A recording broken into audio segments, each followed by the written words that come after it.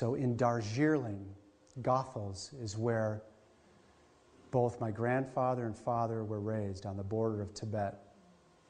I remember my father sharing a story with me when they used to go up to the monasteries of the Tibetan monks, and they would watch the monks levitating 80, 100 feet in the air, and how astonished they were by it. Now, in their teaching was known as the Luciferianism. And I pulled these definitions off of Wikipedia because I think they do a good job of kind of explaining what Luciferianism means. Because they don't believe in Satan per se. Luciferianism is the embodiment of knowledge that acknowledges the principles of Lucifer as the light of conscious evolution. As a god or as a principle, Lucifer is the light bearer. We know that from the scripture. The light which illuminates the consciousness of sapient beings and heightens the senses and awarenesses to experience higher levels of being. You're on that reincarnation wheel, going round and round, and you're trying to rise up through your chakras till you become a Mahatma. Luciferianism, the path of self-attainment. It's the higher self. It is the centered path, neither left nor right. For Lucifer is the star that shines in the morning and evening, the point of the light between opposing forces. It is the symbol of the yin-yang, which I had branded on my body, because I was understanding the pure teaching of Luciferianism as the self-attainment. Now we also have another definition. Spiritual Luciferianism has its roots in the esoteric teachings of Western occultism and Hermeticism. This view holds that while Satan represents the manifestation of the material realm, Lucifer represents the highest spiritual ideal, one's true will, the holy guardian angel. As all material things are energy or light, Lucifer is seen as the creating force of the universe, ever present. Interestingly here, they add, some classically educated Freemasons used Luciferian in their scholarly senses of bringing enlightenment, invoking Prometheus, who stole the fire from the gods to bring to man. So as I was growing up, and I was meeting these illuminated beings, who I believed were my dead ancestors, again, his foundation is spiritualism. I thought I was being brought into the true understanding of one's self-awareness and attaining the higher self. And it started at a very young age. And again, let's look at the term here, Illuminati. It means any various groups claiming special religious enlightenment, persons who are claimed to be unusually enlightened. This is the worldwide headquarters of Freemasonry. Does anybody have any idea where it is? Washington, D.C. So it's in one of the city-state capitals. You can see it almost looks like an Egyptian motif. And interestingly enough, this is located 13 blocks north of the White House. And that's very important in the occult world. We're not going to spend time on that. But even Washington, D.C. itself is laid out in a giant Masonic grid pattern as they were preparing the United States to be the new Atlantis, as we're coming into the dawning of the new age, as they're trying to reinstate Atlantis again. So the main library of the Supreme Council, 33rd degree of the ancient accepted Scottish Rite of Freemasonry, the Mother Supreme Council of the World, Washington, D.C., is dedicated to the Confederate General Albert Pike, the KKK's chief judiciary. And in this Masonic temple, the Albert Pike Memorial Room inside the Supreme Council, 33, which is again located 13 blocks directly north of the White House in Washington, D.C. Now, I met a family whose husband was a 32nd degree Freemason, a Shriner. And so when you go to become a 33rd degree, you go here. This is the only place you go in North America. And it's an honorary rite. And he was brought into this room, waiting room, with other candidates. And individually they're brought out in front of a host of people. And they asked them, who are you willing to submit your oath to? And he didn't know what the answer was. So they shoveled him back into the waiting room. And at this time, his family was outside praying for him to get out. He turned to the man next to him and he said, who am I swearing an oath to? And the man said, to Lucifer. And he got up and walked out and resigned from the lodge. Now we can actually find here in Isaiah 14, chapter 14, verses 12 through 14, how art thou fallen from heaven, O Lucifer, the son of the morning? How art thou cut down to the ground, which did weaken the nations? For thou hast said in thy heart, I will ascend into heaven. I will exalt my throne above the stars of God. I will also sit upon the mount of the congregation in the sides of the north. I will ascend above the heights of the clouds. I will be like the Most High. Because it's all about self-attainment. And we're going to peel this onion layer back a little bit, and we're going to look at some characteristics in the Bible itself of what I call the children of disobedience.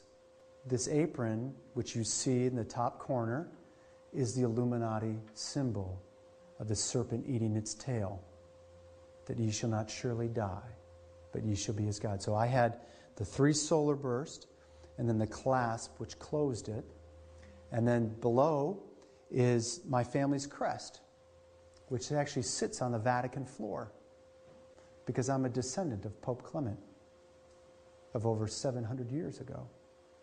That's how far back my family's been caught up in this bloodline of secret societies. And so that's why I was being groomed for what's coming. And this is something that I used to do, levitation. I was a full adept transcendental meditationist by the time I was 12 years old, because I had been given the gift through my family's bloodline. Clairvoyance, telekinesis, astral projection, levitation, all things that I thought were normal behavior. And I would talk to my friends at school and they say, Mark, we don't know what you're talking about, but it's out of this world. And I'm like, come on, you can do this. I had it down to a science. I get home from school, I go to my room, 20 minutes in my mantra, and I was out of my body. Or I'd be levitating off the bed. But did I know what was lifting me off the bed at the time? Devils? No, I didn't know that. And right away there were these illuminated ones right there, willing to show me the way. And I've seen some pretty fascinating things that probably would institutionalize some people if they saw them today. So this is where I was. This is the life that I grew up and understood. But it wasn't until I read the Bible in Deuteronomy in chapter 18 where God said that these are an abomination. You know, let's read it. When thou art come into the land which the Lord thy God giveth thee, thou shalt not learn to do after the abominations of those nations. They shall not be found among you anyone who maketh his son or daughter to pass through the fire. That's a Masonic ritual. Or use divination, which we know is fortune telling, or observer of times, astrologer, or an enchanter, or a witch, or a charmer, or a consulter with familiar spirits, or a wizard, a necromancer, one that conjures up spirits. For all that do these things are an abomination unto the Lord. And because of these abominations, the Lord thy God drove them out from before thee. Thou shalt be perfect with the Lord thy God. And how do we become perfect with him? By putting on the armor of light, Christ's robe of righteousness. And everything is blotted out. But that robe of righteousness is also our armor for spiritual warfare. Chapter 16, 26 of Matthew, for what is a man profit if he shall gain the whole world and lose his soul? Or what shall a man gain in exchange for his soul? So here I was at the tipping point in my life. I'm on upstate New York. I'm in this camp that I bought from a friend of my father's. I'm trying to quit my career at IBM, making hundreds of thousands of dollars, rubbing elbows with very prestigious people, offered to be a part of these elite groups. And I'm wrestling with this and wrestling with this. And where I'm standing on the back of the house, there was a lake and the river that came down where the lake joined. And right across it was the intelligence center for the state police barracks and the Department of Environmental Conservation, forest rangers, which actually have more authority than the state police in the States. And it's about midnight, and I see all this activity going on. And so I go and grab a pair of binoculars, and I look out and hear all these guys. Full regalia, Masonic aprons on. And I'm like, Lord, what have I got myself into? And so I'm standing there on the deck, and I'm panning. And all of a sudden I stop, and I'm looking, and there's a pair of crosshairs looking down my scope. I'm looking into his scope, and he's got a rifle pointed at my head. So I wave, and he nods back at me, and I drop to my knees. I said, Lord, I don't know what to do.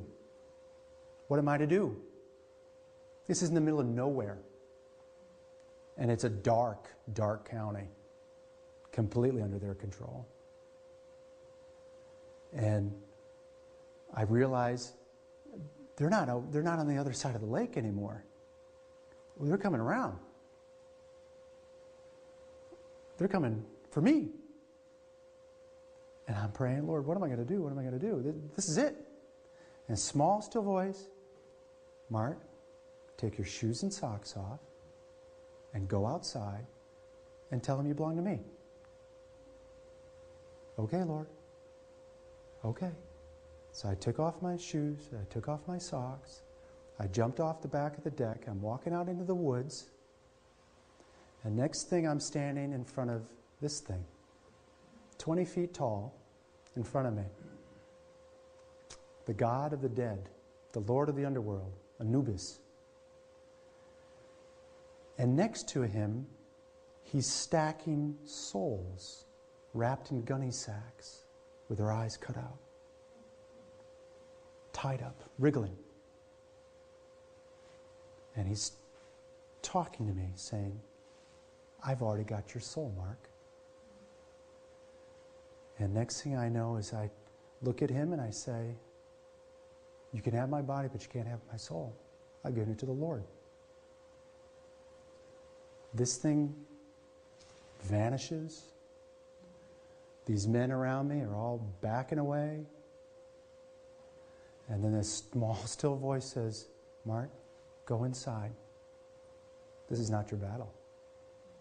Revelation 3:20, behold, I stand at the door and knock. If any man hear my voice and open the door, I will come in and sup with him, and he with me.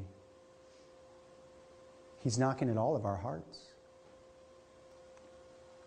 The reason why the Lord told me to take my shoes and socks off, I didn't realize this till I read this later in Exodus chapter 3, verse 5. And he said, draw not nigh hither, put off thy shoes from off thy feet, for the place where thou standest is holy ground.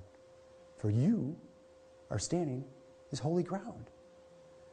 So here is my God interceding on my behalf and saying, he's mine. He's not yours.